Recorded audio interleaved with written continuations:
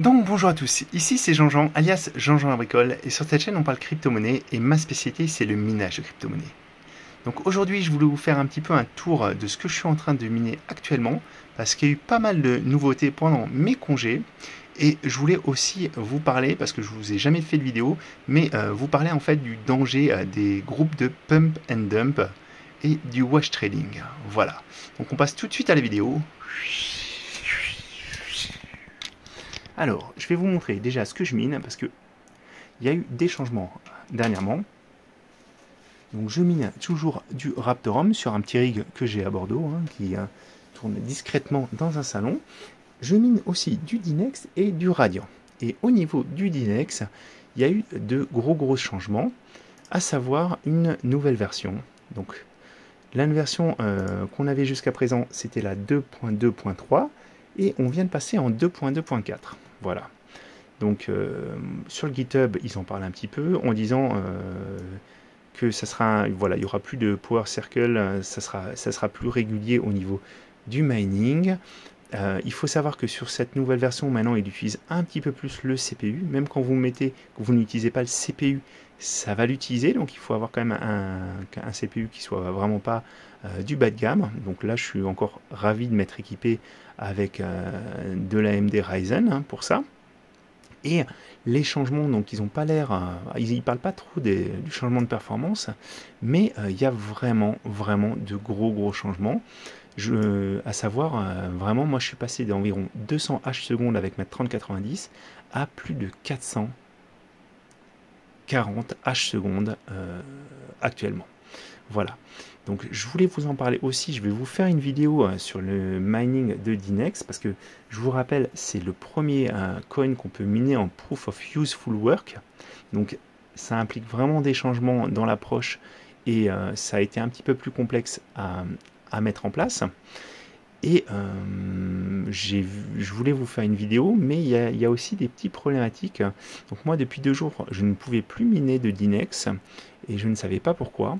Donc j'ai fait des changements, à savoir donc prendre la dernière version parce que j'étais sur la version précédente, et j'ai même dû changer de pool. J'étais sur une pool qui était DNX Mine et ça ne fonctionnait plus, et quand je suis passé sur Neuropool avec les mêmes réglages, tout de suite ça a recommencé à fonctionner. Voilà, donc il y a encore des choses que je ne maîtrise pas dans ce minage bien spécifique pour Linux, mais c'est un coin qui peut être intéressant. Et là, vraiment, le gap est énorme parce que j'ai fait plus de 100% de hash-rate supplémentaire, gratuitement. Voilà. Donc je voulais vous parler aussi, alors je me suis mis sur le Radiant sur mon rig, sur un de mes rigs. J'étais auparavant en train de miner du Nexa, mais il y a eu une mauvaise surprise. Alors c'est quelque chose qui, moi j'ai pas pu le vérifier, mais quand même, je préfère vous mettre en garde par rapport à ça. C'est par rapport à la pool, une pool qui est Woolly Pooley, qui est la première pool de minage Nexa. Je vous montre, elle est ici. Donc elle apparaît en première position. Et je suis tombé sur un fil Reddit qui parle de Woolly Pooley, comme quoi la pool volerait ses utilisateurs. Alors, c'est des accusations qui sont très fortes. A priori, ça serait vraiment en plus très important. Donc, je vous mettrai les liens pour que vous puissiez aller voir. Il y a des vidéos qui ont été faites, parce qu'apparemment, la personne qui s'est rendue compte qu'il y avait un problème sur les règlements, elle en a parlé à l'équipe, et l'équipe l'a banni. Voilà. Donc, pour l'instant, apparemment, ce bug, plutôt cette malversation, elle toucherait le Caspar. Je vous parle de malversation potentielle parce qu'en fait, on ne sait pas. Moi, je n'ai pas pu aller vérifier si c'est réellement le cas, mais je préfère vous mettre en garde. Je pense que si vous pouvez aller sur notre pool, allez-y. Et je vous rappelle que pour le Nexa, Woolly Pooley, c'est la plus grosse pool. Donc, c'est vraiment très dérangeant parce que si jamais ils volaient sur le Nexa, sur le Caspar, rien ne les empêcherait de voler aussi sur une autre crypto. Donc ça, on en parlera de toute façon dans une émission. On va faire une émission avec Ara, notre pool opérateur, pour en parler justement de ces problématiques, parce qu'il y a toujours des suspicions autour de pool de minage, et effectivement, c'est complexe souvent de vérifier, parce que il y a beaucoup de paramètres qui rentrent en compte, et sur la profitabilité à un instant T d'une pool, et du coup vraiment c'est quelque chose qui n'est pas très agréable. Voilà. Donc maintenant que je vous ai parlé de ça, moi je mine bien sûr le Radiant sur la Gigipool, parce qu'on a une pool pour ça aussi, je vous le rappelle, hein, autant qu'elle serve. Voilà, et on trouve en plus des blocs régulièrement, donc ce qui n'est pas pour me déplaire. Hein. Si jamais... Voilà. On a des petits soucis parfois hein, au niveau du rafraîchissement, mais vous voyez, on a retrouvé un bloc il y a 15 heures, donc ça fait vraiment plaisir d'avoir quand même quelques mineurs et un joli hash rate. Voilà. Donc moi je voulais vous parler maintenant du sujet, et le sujet de la vidéo c'était vraiment de vous mettre en garde contre les manipulations qu'il peut y avoir avec le pump and dump. Voilà, donc j'ai trouvé un article au coin du bloc qui en parle très très bien. Alors qu'est-ce que c'est qu'un pump and dump? Vous êtes souvent contacté sur Discord, notamment par des groupes anglophones, sur ce type d'opération. Donc ce type d'opération, c'est se mettre d'accord pour acheter un coin qui a une faible capitalisation. Donc vous commencez à l'acheter, hein, tout le monde est censé commencer à l'acheter à peu près ici. Hein. Donc le prix va augmenter de façon vraiment forte, et après vous allez commencer à vendre ce que vous avez acheté.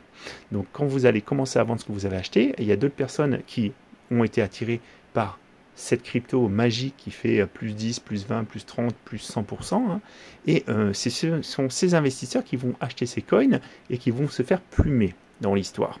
Sauf qu'en fait, ça ne se passe pas réellement comme ça.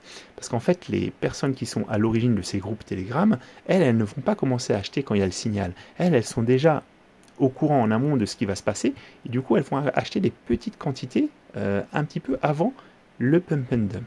Donc elles vont acheter des petites quantités à intervalles réguliers, du coup elles vont se faire un gros bag, et quand il va y avoir le signal qui va être lancé, que tout le monde va commencer à acheter cette crypto, qu'est-ce qu'ils vont faire? Ces personnes-là, donc ils sont souvent le premier cercle autour des créateurs du groupe, ben là à ce moment-là ils vont dumper tous leurs coins, et tous leurs coins vont être achetés par les personnes qui participent à ce genre de groupe. Donc moi ce qui me dérange, c'est qu'en fait c'est vraiment des manipulations de marché, ce qui est vraiment pas génial à la base, et si vous participez, si vous n'êtes pas proche des créateurs, vous risquez de vous retrouver en plus dans cette optique où quand vous commencez à acheter, il y a déjà d'autres personnes qui sont en train de vendre du même groupe, et du coup en fait vous risquez d'être le dindon de la farce et de vous retrouver avec énormément de coins sur lesquels il n'y a plus de marché. Donc ce qui me plaît pas, moi j'ai rien contre m'enrichir avec les crypto-monnaies, faire des bons mouvements, profiter d'une baisse ou d'une hausse, acheter et vendre des NFT, il n'y a pas de souci par rapport à ça. Mais là, vous le faites au détriment de quelqu'un. Vous avez aussi des personnes qui sont un petit peu moins avisées, qui vont dire « Oh tiens, il y a une crypto qui fait une super performance, je vais en acheter. » Et ces personnes-là, effectivement, elles vont se retrouver avec des cryptos qui n'auront plus du tout de valeur et plus du tout de marché derrière. Voilà. Donc moi, ça me dérange parce qu'en fait, on le fait au détriment de quelqu'un. Après, on en avait déjà parlé pendant une vidéo.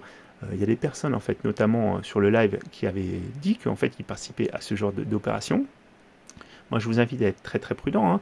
C'est comme si vous jouez un petit peu à la chaise musicale et puis tout d'un coup, au lieu d'enlever une chaise, on enlève toutes les chaises. Voilà. Et vous vous retrouvez sans rien en ayant perdu. Donc, moi, éthiquement, je trouve que c'est vraiment pas quelque chose de sympa. Et vous risquez d'y laisser des plumes parce que sauf si vraiment vous êtes un des créateurs de ce genre de groupe. Voilà. Donc je vous laisserai lire l'article au coin du bloc, mais je pense que je vous ai un petit peu résumé ce qui se passe, et c'est quelque chose qui est vraiment pas sympa. C'est vraiment pas sympa. Alors vous pouvez vous enrichir, mais c'est vous enrichir au détriment de quelqu'un, et ça, faut que vous en ayez bien conscience.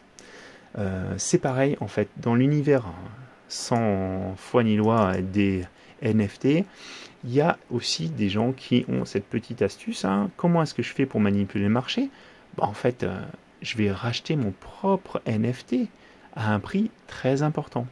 Donc c'est ce qui s'appelle, alors là ils en parlent aussi dans coins.fr, je vous laisserai le lien aussi, hein. C'est du wash trading. Donc en fait on va créer une fausse demande pour ce NFT pour faire croire à la population, aux autres utilisateurs, que ces NFT sont très recherchés ou qu'ils ont une très grosse valeur. Alors qu'en fait ce n'est pas le cas, c'est le créateur ou un de ses proches qui achète le NFT et qui va le remettre en vente derrière pour tout simplement dire ce NFT a beaucoup de valeur. mais c'est un faux acheteur, et du coup, vous risquez aussi pareil d'acheter un NFT à une valeur bien supérieure à sa réelle valeur, si tant est qu'il ait de la valeur. Voilà. Donc ça aussi, c'est des manipulations de marché. Jean-Jean vous en parle. Après, vous faites ce que vous voulez, hein.